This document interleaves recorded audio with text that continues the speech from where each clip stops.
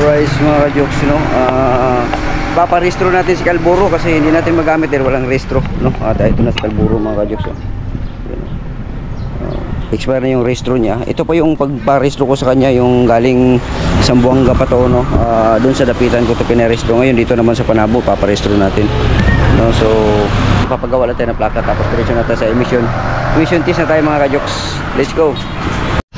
Alright mga ka-jokes, dito na tayo sa emission test, no? At ang emission test natin ay pinaprocess na, no? So ang oras natin ngayon ay alas 3 na ng hapon, no? Dito tayo sa parting ano, San Vicente pa rin to mga ka-jokes, no? San Vicente pa rin po, no? Sa at emission test na lang tapos diretso na sa LTO. So, dito na tayo, no? Smoke test na natin.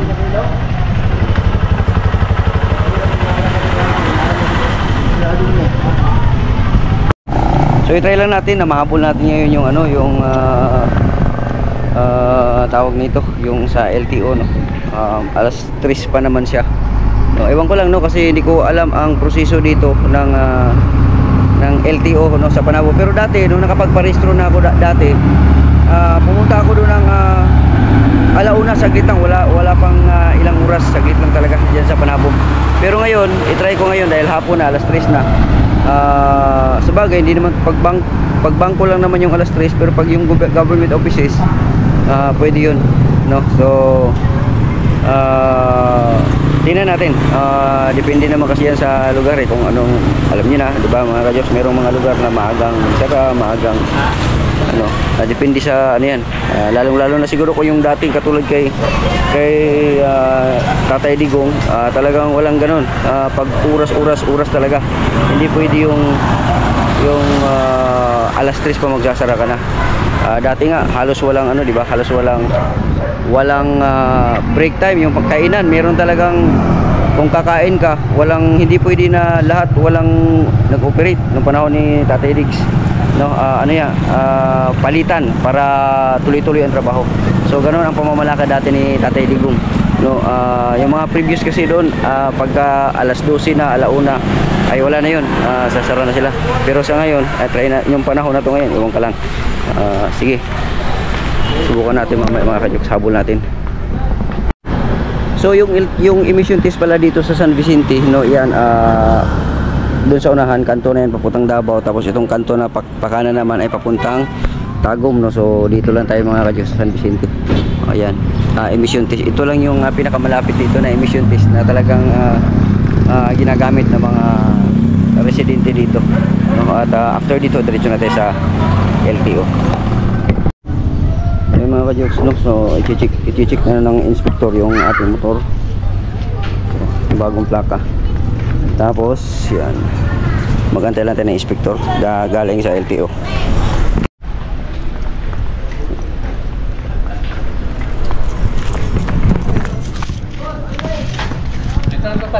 Asa man?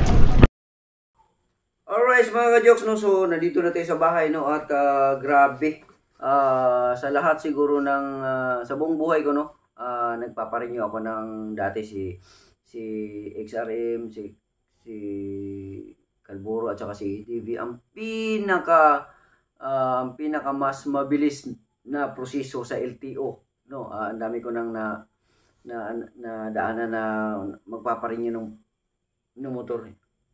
Excuse. Ito talaga dito sa Panabo ang pinaka mas mabilis talaga, no? Wala pang kalahating oras, no? Wala pa, saglit lang talaga. Wala pang kalahating oras, talagang nagtatrabaho talaga ang mga empleyado diyan sa Panabo. Ito na, nakuha ko na yung aking rehistro ng motor.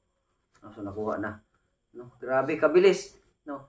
Ang Panabo ay isa sa LTO na aking naranasan na talagang pinakamabilis na proseso, no, ng pag-process ng rehistro ng motor, no. So wala na problema, magagamit ko na si Calburo, pero siguro saglit na lang to magagamit si Calburo kasi bibenta ko na si Calburo, no. At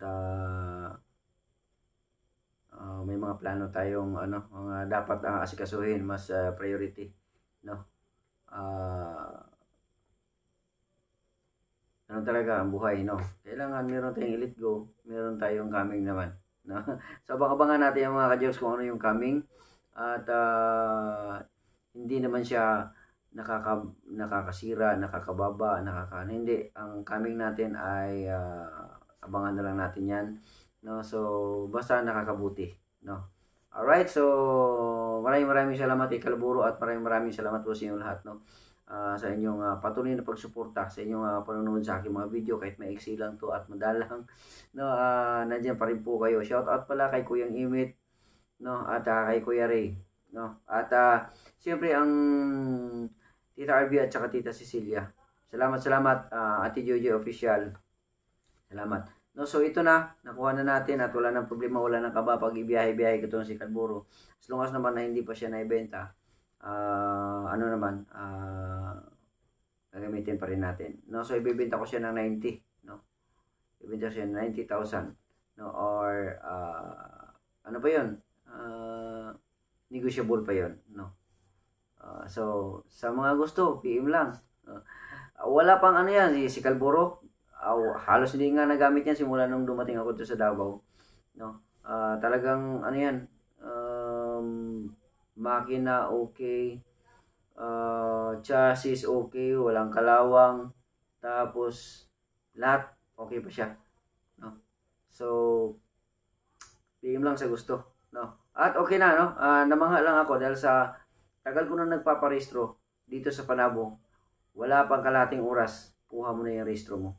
Alright, so hanggang dito na lang mga ka-jokes yung ating vlog. Maraming salamat. Ako pa rin po si Joksim TV na palagi nagsasabing mahal ko kayo and God bless us all. Okay? Paalam!